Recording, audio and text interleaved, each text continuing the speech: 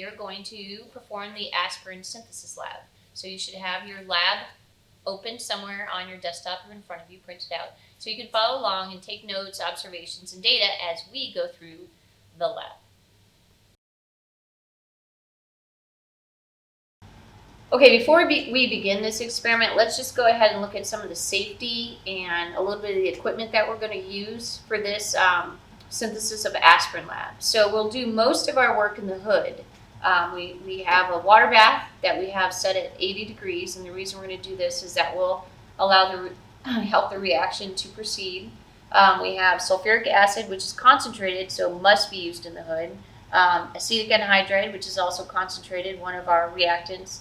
So all of these materials need to be in the hood for this particular experiment. When we filter our product, we're going to use a funnel system, which also will be done in the hood. And of course, I have a lab coat, and I'm wearing gloves because I do not want this on my hands. So this is kind of the overview of where we'll be working for the most part today for this aspirin synthesis lab. Okay, so the first thing we're going to do is we're going to weigh out 2 grams of our first reactant. Our first reactant happens to be our salicylic acid. So salicylic acid. So we're going to use our balance here. So I'm going to do it in a weigh boat. So the first thing you want to do is you want to subtract out the weight of the boat. So we're going to tare it. So now everything that we're going to measure is actually just going to be our salicylic acid. So we're going to do approximately 2 grams. So after we get approximately 2 grams, be sure that you record the exact amount that we're going to use for this experiment on your lab sheet. Again, it does not have to be exactly 2.0. It just needs to be somewhere close to 2 grams. All right, so that should be plenty. So let's go ahead and record the mass of the salicylic acid that we're going to be using in this experiment. So we're going to take the pure salicylic acid that we weighed out in the previous step, and we're going to add it to a small Erlenmeyer flask. Okay, so we have it here in our flask, and then what we're going to do is we're going to add 5 milliliters of acetic anhydride. So to do that, we're going to use this pipette. Okay, and so go ahead and open our bottle. And again, we want to do this in the hood because this stuff has a very strong odor. Okay, very strong odor. All right, so let's go ahead, and I'm going to pull up 5 mils, and I'm going to go ahead and add that to our salicylic acid. I'll set this right here on the counter.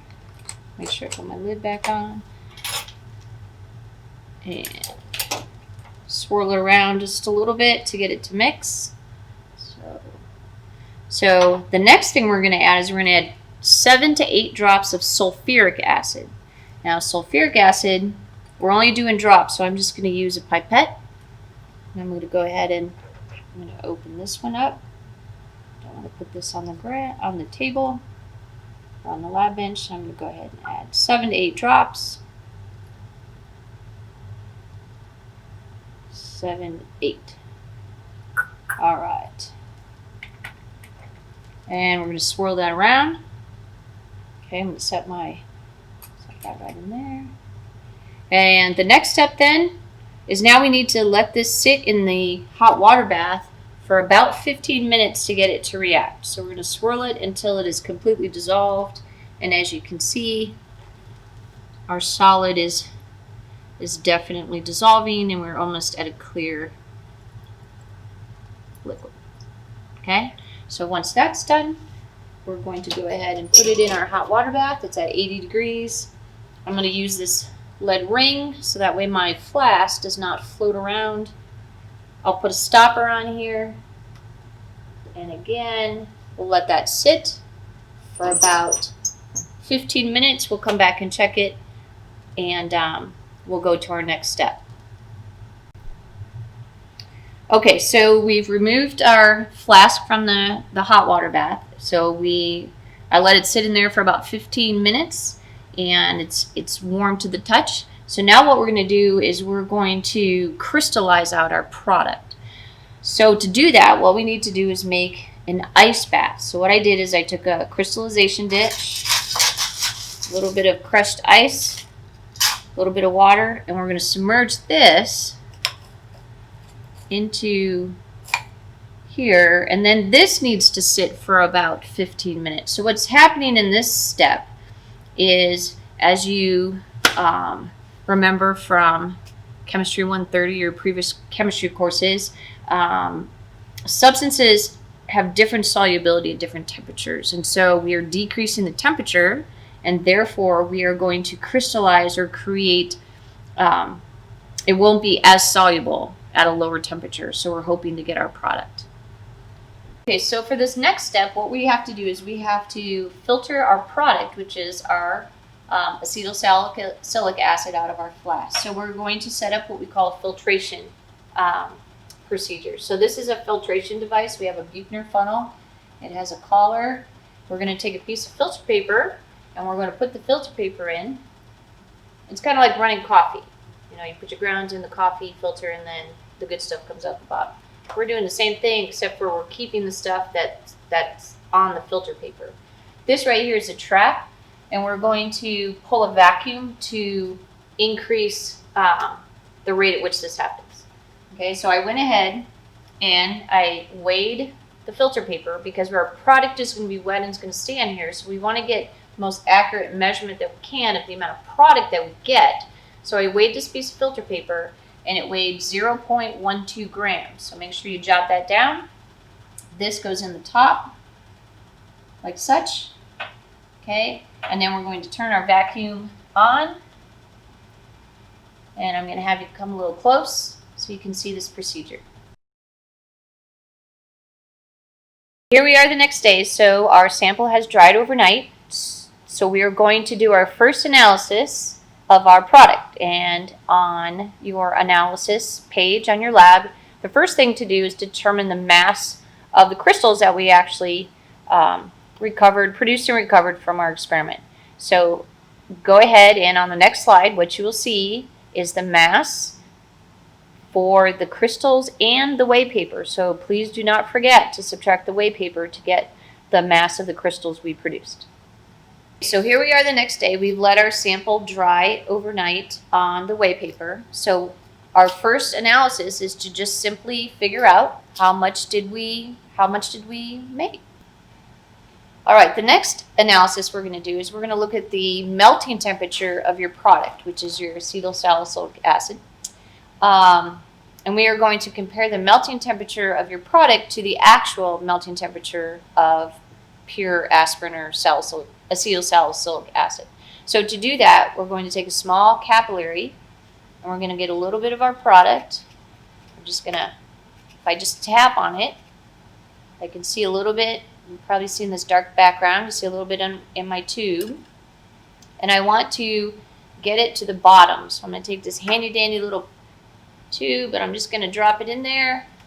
And when I do that, it pounds it to the very bottom. I can do it a couple times just to make sure. And now my sample is at the very bottom of this capillary tube. What I'm going to do next is I'm going to put it in this device here, which is called a melt temp. This will allow us to see when our product starts to melt. So what we're looking for is when it starts to turn kind of shiny, at the very beginning of when it starts to melt.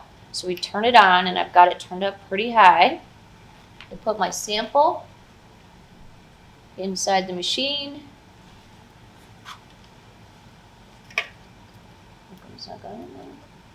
And then I look through this piece right here, and this is it's like a magnifying glass, and I have a thermometer in here, and so I can see my sample and the temperature at the same time.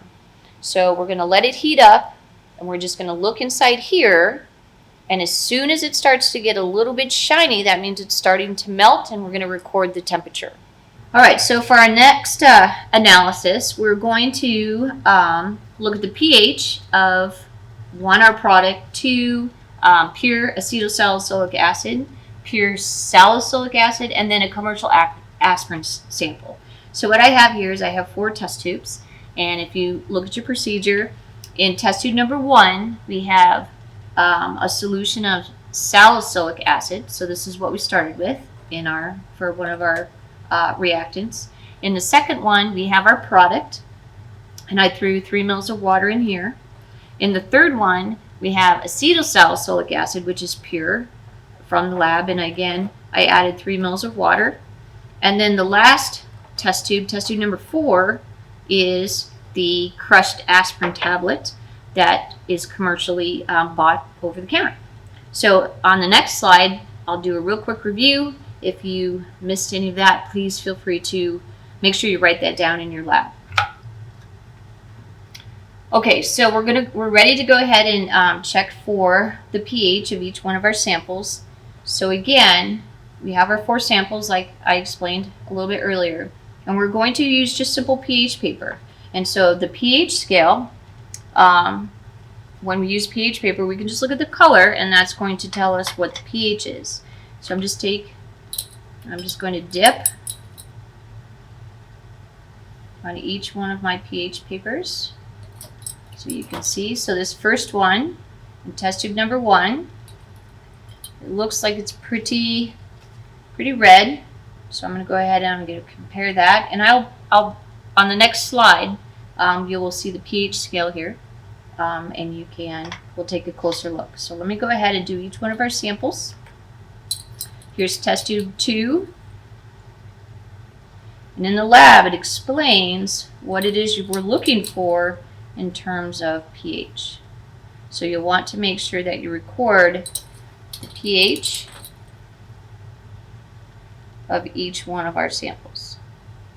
Okay, so there's test tube 2.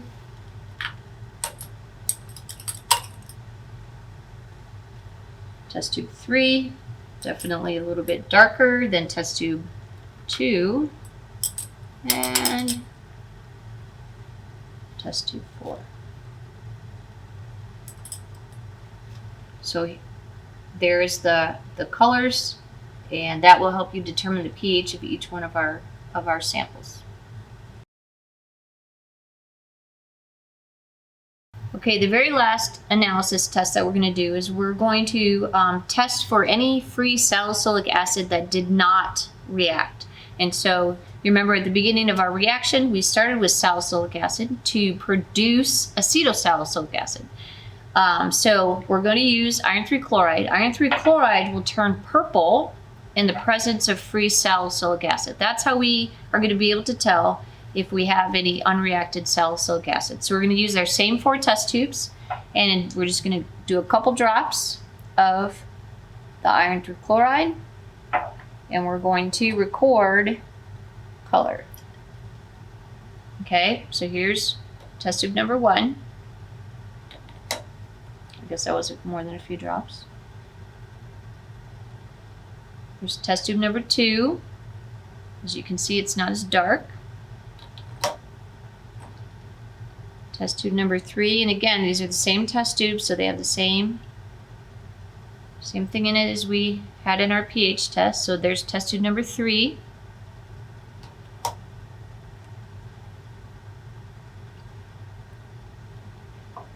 And test tube number 4. You can see that one. So those are the 4. So that's our iron 3 chloride test, and again, the dark purple indicates that we have free salicylic acid in our test tube. So we have concluded our synthesis of aspirin yesterday and today. So now what we can do is we can look at the analysis. So moving forward from here, so what we need to do is we'll look at our results, our experimental results, and we can determine a couple different things. We can determine the amount of aspirin that we should have produced, or our percent yield, because we know the amount of salicylic acid that we started with in our reaction. The acetic anhydride will be in excess, so we don't really need to worry about that. but we do know the amount of salicylic acid.